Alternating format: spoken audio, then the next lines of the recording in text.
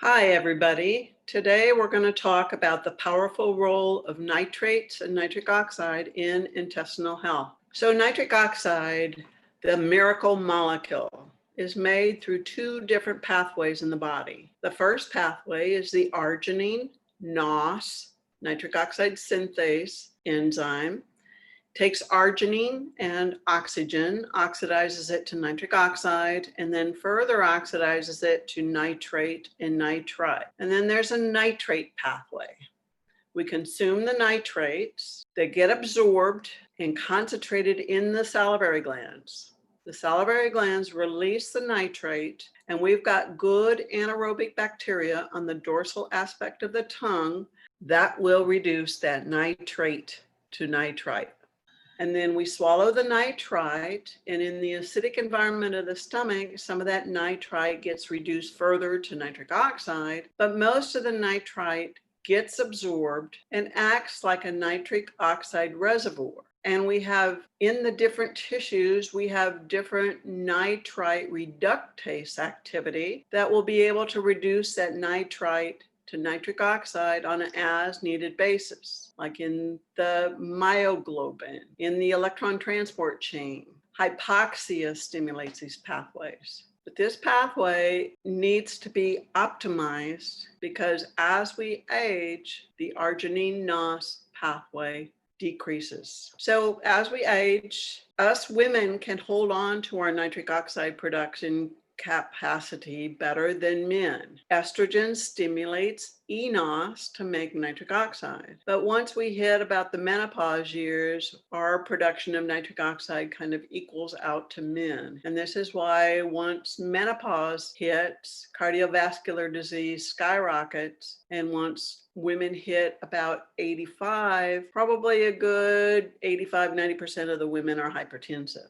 So endothelial dysfunction is directly connected to our ability to make nitric oxide. By the time we're 40, that ability decreases to about 50%. By the time we're 60, it decreases to about 15%. So that's why supporting the nitrate to nitrite to nitric oxide pathway is critical. So what are the current factors affecting nitric oxide formation? We talked about aging, and then there's the diet. The standard American diet, devoid of nitrate-rich veggies. The exercise or the lack of exercise increases nitric oxide production. Then there's medication, antibiotics, antidepressants, birth control pills, NSAIDs, your aspirin, your ibuprofen, and PPIs, proton pump inhibitors. Proton pump inhibitors inhibit the production of nitric oxide through both pathways. Pollution, anything that increases oxidative stress, will increase the uncoupling of the NOS enzyme. So when the NOS enzyme is uncoupled or dysfunctional, it becomes a superoxide generating enzyme instead of a nitric oxide generating enzyme. And superoxide uncouples that NOS enzyme even more. Genetics, and not just your NOS SNPs. Anything that influences oxidative stress. You've got your SOD SNPs, your catalase SNPs, your HFV SNPs, anything that interferes with production of BH4, your QDPR, your DHFR, MTHFR. If you have any MTHFR SNPs, you are by definition nitric oxide deficient. And then the big one, stress. Stress inhibits the production of nitric oxide. So why is nitric oxide essential? It regulates all cardiovascular functions and homeostasis, optimizes circulation and microcirculation, allows the glucose, the nutrients, the oxygen to be able to be delivered to the cells and tissues, and the debris to be carried away. It's critical to sexual function. Vasodilation innervates erectile tissue in both men and women. Red blood cells require adequate nitric oxide in order to deliver oxygen to the cells. Supports neurotransmitter function, regulates gastrointestinal function, including gastroparesis, mucus production, digestion, healthy microbiomes everywhere, helps activate the GLUT4 receptor in order to translocate and bring glucose into the cell. It controls the efficiency of the mitochondria in the generation of energy and the generation of hormones. This is where pregnenolone starts to be metabolized into the other hormones. Stem cell mobilization and differentiation. So nitric oxide is essential in order to tell the stem cells where to go and what to do. And stem cells are essential for any healing to take place. Regulates the immune system, regulates the inflammatory response and scavenges free radicals, modifies platelet activation and aggregation. This is the clotting factor. Supports telomerase activity, which is at the crux of aging. So the intestinal health. The gastrointestinal tract is a complex balance of microbes, hormones, neurotransmitters, and enzymes. A healthy gastrointestinal tract, all of these things are balanced, and this is extremely important for longevity and well-being. A rich, diverse intestinal microbiome is essential to mental, intestinal, and overall health and well-being. Gastrointestinal system controls physical wellness as well as mental well-being. And this is that gut-brain connection, the communication between the intestinal tract and the brain. And we all know people that have messed up guts and how this affects their brain, from depression, anxiety, foggy thinking. And then when there's injuries in the brain, like there is consequences in the gut, like TBIs. You will form dysbiosis and leaky gut with TBI injury. The intestinal microbiome influences metabolic pathways, immune pathways, genetic and epigenetic factors, and dysbiosis is this disruption of intestinal microbial ecosystem and is associated with all sorts of conditions like gastrointestinal, neurological, cardiovascular, respiratory, metabolic, and oncological diseases. So the CDC says that 5 out of 6 people receive at least one antibiotic prescription per year, which leads to alteration of the microbiome and increased dysbiosis. So if you're like me and you don't receive any antibiotics, that means there's a lot of people that receive more than one antibiotic per year, increasing dysbiosis and leaky gut. So nitrates support the nitrate to nitrite to nitric oxide pathway, promotes GI health, is correlated with healthy oral, gut, and intestinal microbiome. So it's also, there's studies showing that the nitrates also support the microbiome everywhere, like the skin microbiome, the vaginal microbiome, the urinary tract microbiome. The nitrates support healthy microbiomes. Supports the gut-brain axis, prevents dysbiosis, protects against LPS toxicity, protects against leaky gut, modulates inflammatory, immune, and oncological pathways, and maintains homeostasis. So this is what this is the effects nitric oxide has on the mucus lining. So nitric oxide increases mucus secretion. Nitric oxide increases formation of new blood vessels, vasodilates the vasculature, accelerates wound healing. Nitric oxide inhibits and reduces the degranulation and mediator release of the mast cells, decreases the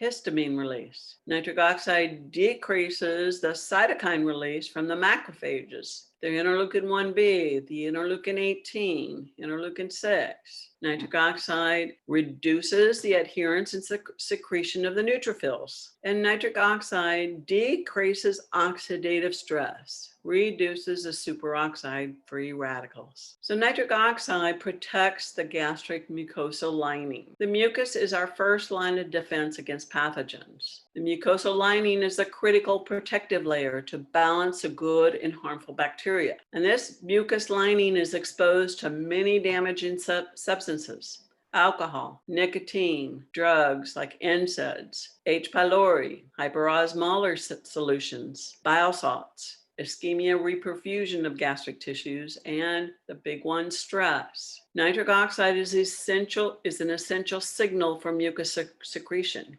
It's the mediator responsible for cholinergic stimulated mucus release. Nitric oxide increases the mucosal blood flow, diluting toxic substances and neutralizing them and removing them before accumulation to damaging concentrations. Supporting the nitrate to nitrite to nitric oxide pathway increases mucosal blood flow and vasodilation, increases mucus production and thickness, modulates mucosal immune response, prevents acute peptic ulceration, repairs NSAID damage to the intestinal tract. In fact, there's a new class of nitric oxide releasing NSAIDs. And these can inhibit the COX-1 and COX-2 and prostaglandin E2 generation without causing mucosal damage.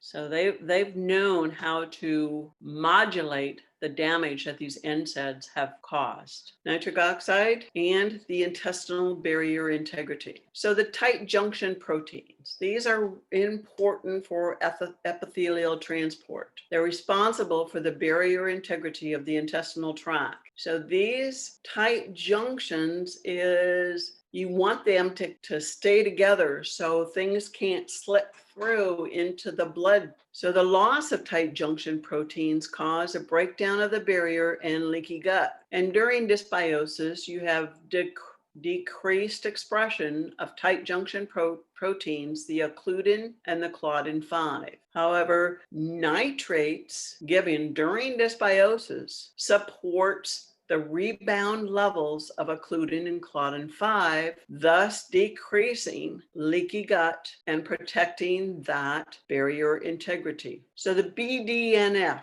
brain-derived neurotropic factor. This has homeostatic regulation of that intestinal barrier integrity. It affects the expression of these tight junction proteins. IBS has decreased BDNF, irritable bowel syndrome. But BDNF also has a major role in depression, anxiety, learning, and memory. And nitric oxide is an essential mediator of BDNF. Antibiotics and nitric oxide.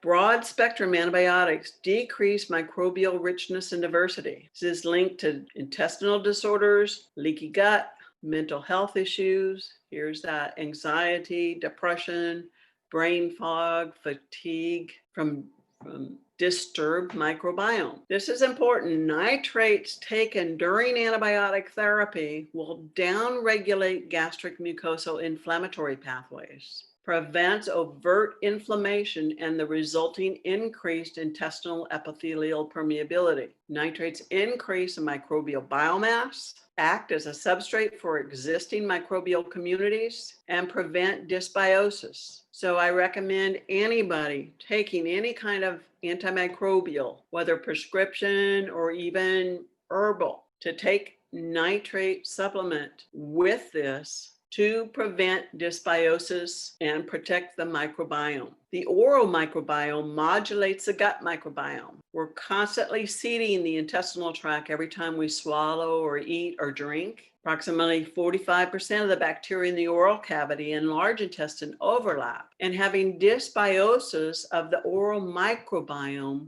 this is connected with cardiovascular disease and ill health. Nitrates prevent or reduce bacterial dysbiosis and stimulates eubiosis. Nitrates increase the nitrite reducing bacteria on the tongue. So with continued nitrite supplementation, you are actually rebuilding your oral microbiome. Nitrates decrease levels of bacteria that are associated with poor oral health, restores local immune and inflammatory responses, and protects the gut microbiome under inflammatory conditions. There's some studies showing that nitrite can be used as an alternative to standard antibiotic therapies. Nitrite will disrupt the biofilm that these bacteria put out.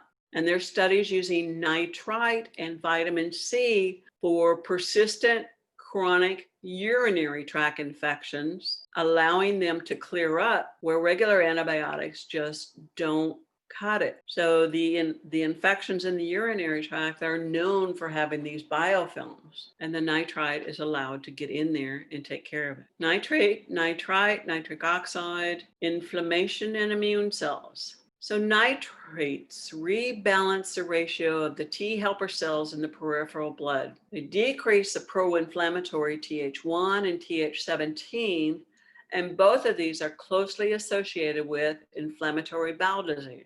Nitrates decrease interleukin-17 in the colon, which decreases inflammation. Inflammatory bowel disease is a major risk factor for colorectal cancer. Nitrate may prevent colitis and colorectal cancer. Nitrates increase the Treg cells to maintain homeostasis and self-tolerance. So this is where the autoimmune issues come in. Nitrates decrease myeloperoxidase activity in the gastric mucosa, decreasing reactive oxygen species and decreasing tissue injury. So mast cells are white blood cells that are part of the immune system, and they function as a bridge between the immune system and the nervous system. But these mast cells become activated in the absence of nitric oxide, and increased superoxide production activates the mast cells. So when you have increased superoxide production, you are downregulating the production of nitric oxide. So here we've got a bad, vicious cycle. Increased oxidative stress, decreased nitric oxide, even more oxidative stress. But nitrites and nitric oxide regulate the activity of the mast cell. They inhibit the mast cell inflammatory events, suppresses antigen-induced degranulation, suppresses mediator release, including histamine and cytokines, inhibits the leukocyte endothelial cell attachment, and nitrates and nitric oxide inhibit generation of reactive oxygen species by mast cells. So these mast cells are important effectors of the gut-brain axis, translate the stress signals into the release of neurotransmitters and pro-inflammatory cytokines. So most of us understand that when our allergies are up and these mast cells are kicking out histamine, how our brains just don't feel right.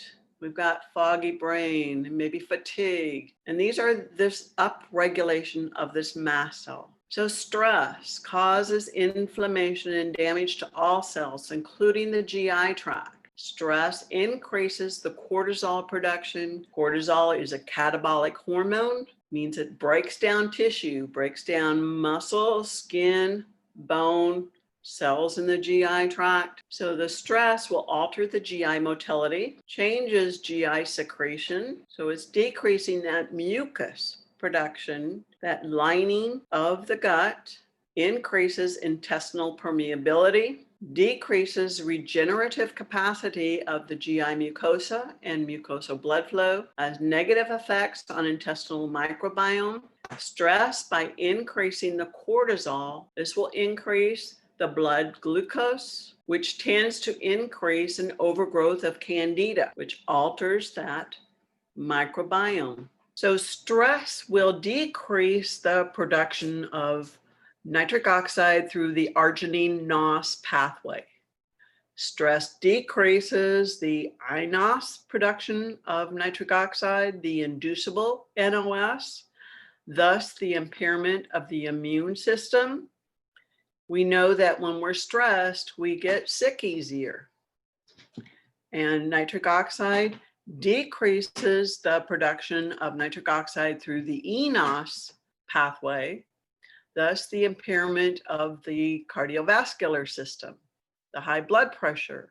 So nitrates address these multiple adverse effects of stress. Supporting the nitrate to nitrite to nitric oxide pathway can enhance mental health by improving sleep, decreasing anxiety, decreasing depression, improving the gut-brain axis, thereby affecting factors that can indirectly lead to impaired GI health.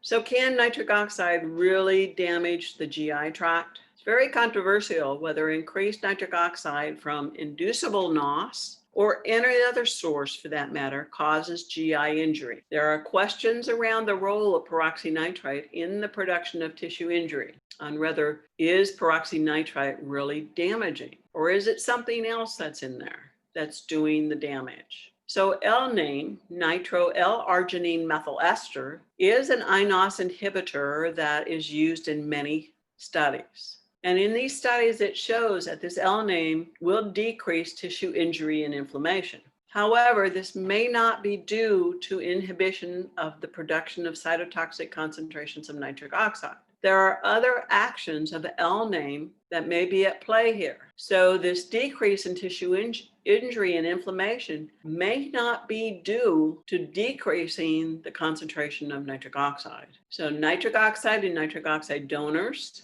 which Nitrite is a nitric oxide donor, can protect gastric mucosa from damage from alcohol or NSAIDs. Oral nitric oxide donors accelerate ulcer healing. Nitrite and nitric oxide inhibit NADPH oxidase, decreasing superoxide production and oxidative stress. So it has been shown that large amounts of nitric oxide does not cause detectable damage to the mucosa or vasculature of the intestine. And the majority of the available data points to nitric oxide serves a critical role in protecting the GI mucosa from injury induced by reactive oxygen species and other cytotoxic substances. So nitrates play an essential and important role in protecting GI health. They inhibit inflammatory process, downregulates oxidative stress, scavenges free radicals, decreases inflammation,